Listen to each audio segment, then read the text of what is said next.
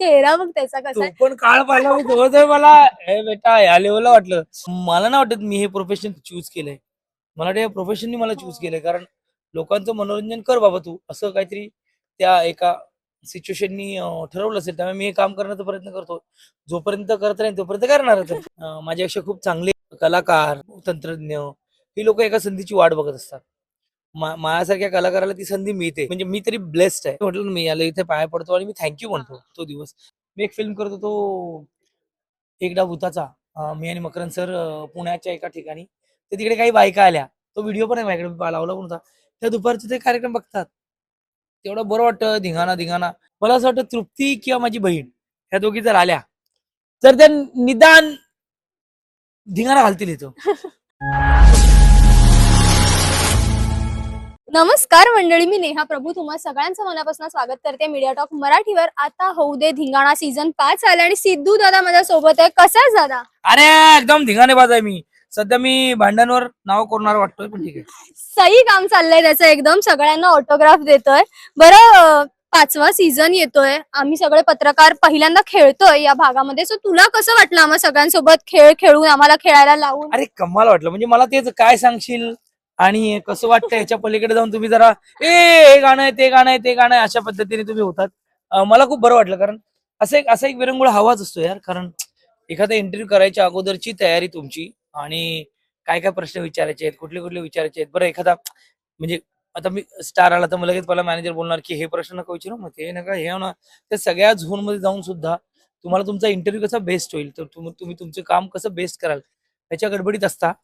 तर ते सगळं बाजूला सारून फक्त या मजा करा अशा पद्धतीची थीम या धिंगाणाची आहे, जी फक्त तुमचीच नाही. मला वाटतं या मंचावर येणारा प्रत्येक कलाकार माणूस ह्याच पद्धतीने यावा आणि मजा करून जावा.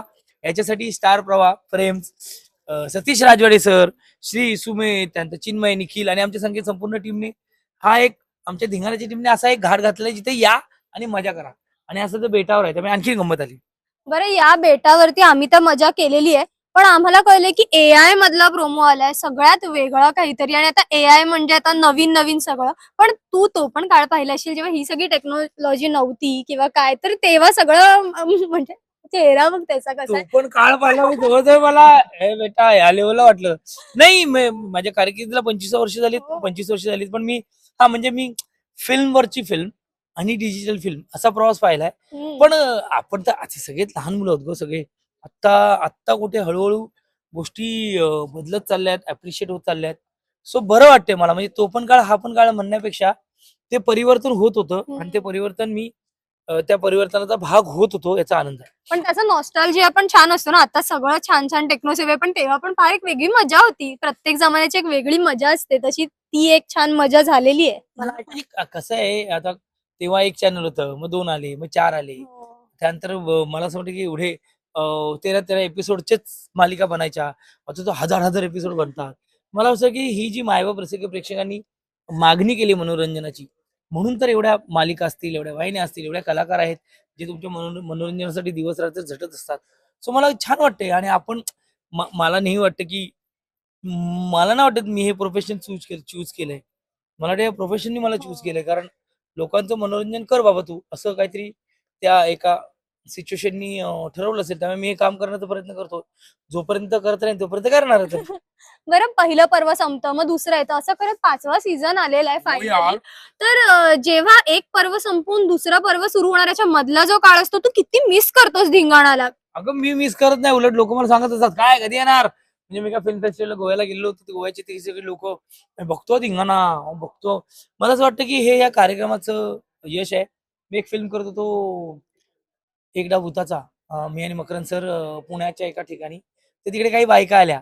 तो व्हिडिओ पण आहे माझ्याकडे मी लावला पण होता. त्या दुपारचे ते कार्यक्रम बघतात. तेवढं बरं वाटतं धिंगाणा, धिंगाणा. आमचा अ,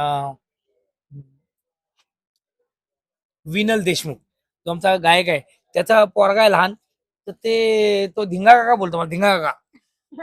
धिंगा काका, धिंगा काका. त्यानंतर एक पहिल्या सीझन नंतर कुठल्यातरी कार्यक्रमात एक गेम खेळत होते साडेमाडे शिंतोडे. तर मला वाटतं की ह्या कार्यक्रमाने असं एक लोकांच्या मनात घर बसवलंय की नक्की हमखास मनोरंजन होणार. 2 2 घंटा विरंगुळा होणार. ही जी विश्वासार्हता स्टार प्रवाह आणि धिंगाणे मिळवली ना ही खूप मोठी आहे. हा. बरं आता तुझ्या घरातलं कोण असे जे इथे आलं तर बाजी मारून टाकेल असं तुला वाटतं? कारण कलाकार तर येतच असतात, पण तुला असं वाटतं की तुझ्या घरी बाबा ही व्यक्ती आहे जी तरबेज आहे, गाण्यामध्ये असू दे, गेम खेळणार असू दे, आली तर बत्ती गुल होणार सगळ्यांची, असं कोण वाटतं तुला? माझ्या घरातलं हा. माझ्या घरातलं कदाचित मीच असेन. स्वरा हिरा आले तर ते मजा करतील. तृप्ती त्यातल्या तृप्ती पण आली तर ती पण गंमत करेल हा. तृप्ती मजा करेल असं वाटतंय मला, मी तो आता विचारलंच म्हणून. माझ्या बहिणीला थोडीशी गाणी येतात. माझ्या आईला एखाद दुसरं गाणं येईल. पप्पांना नाही. मला असं वाटतं तृप्ती किंवा माझी बहीण ह्या दोघी जर आल्या तर त्या निदान धिंगाणा घालतील इथं. बरं सिद्धू दादा, आम्ही तुला ना नेहमी रेड कार्पेटवर पण नोटीस करत असतो. तू ना तसाच्या तसा आहेस इतकी वर्ष. म्हणजे आपण म्हणतो ना की बाह्य रूप किती बदलू दे, पण आतला माणूस हा तसंच असेल ते जाणवत असतं. जेव्हा आम्ही पाहतो तू जेवढे मोठे कलाकार आहेत त्यांना आपसू समोरून जाऊन मिठी मारतोस, पाया पडतो, रिस्पेक्ट आतून जाणवतो. तर तुझ्यातला तो सामान्य माणूस अजून तसाच आहे, तुझ्या बोलण्यात जाणवतो सगळीकडे. पण डे टू डे लाईफ मध्ये तो जो सिद्धू दादा आहे, जो जपलाय आतमध्ये तू, तर त्याची एखाद दुसरी उदाहरणं ऐकायला आम्हाला आवडतील की अजूनही किती काही येऊ दे, पण मी अजूनही ह्या गोष्टी पाळतो की ह्या गोष्टी असतात रे, आपल्यातला सामान्य माणूस नाही जात कधी. तो नाही, मी असा मगाशी असतो. एका इंटरव्ह्यू मध्ये म्हटलं ना, मी याला इथे पाया पडतो आणि मी थँक्यू म्हणतो तो दिवस. मला असं वाटतं की म्हणजे हे आपण म्हणजे मी तरी ब्लेस्ड आहे. मी लकी आहे, स्वतःला लकी मानतो की मला अशा अशा पद्धतीने मायबाप रसिक प्रेक्षकांचं मनोरंजन करायला मिळतंय.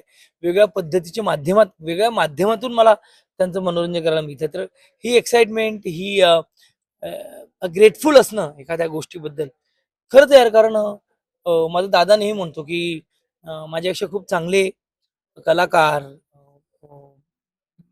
तंत्रज्ञ ही लोक एका संधीची वाट बघत असतात. माझ्यासारख्या कलाकाराला ती संधी मिळते. सो ती ग्रॅब करूया आणि ती प्रोसेस एन्जॉय करूया. तर ती प्रोसेस एन्जॉय करायचा मी प्रयत्न करतो जिंकण्याचा. खूप छान वाटलं तुझ्याशी बोलून. मला वाटतं तू प्रेक्षकांना तुझ्या स्टाईलमध्ये सांगावंस की त्यांनी याही सीझनला तितकाच भरभरून पाठिंबा द्यावा. नमस्कार, मी सिद्धार्थ जाधव आणि आता होते निघाल सीझन 5 येतोय 29 ऑगस्ट पासून आपल्या स्टार प्रवाहावर शनिवारी आणि रविवारी रात्री 9 वाजता आणि आपल्या जिओ हॉटस्टारवर कधी. त्यामुळे 4 सीझनला जे प्रेम दिलं ते 5व्या सीझनला द्या. थँक्यू.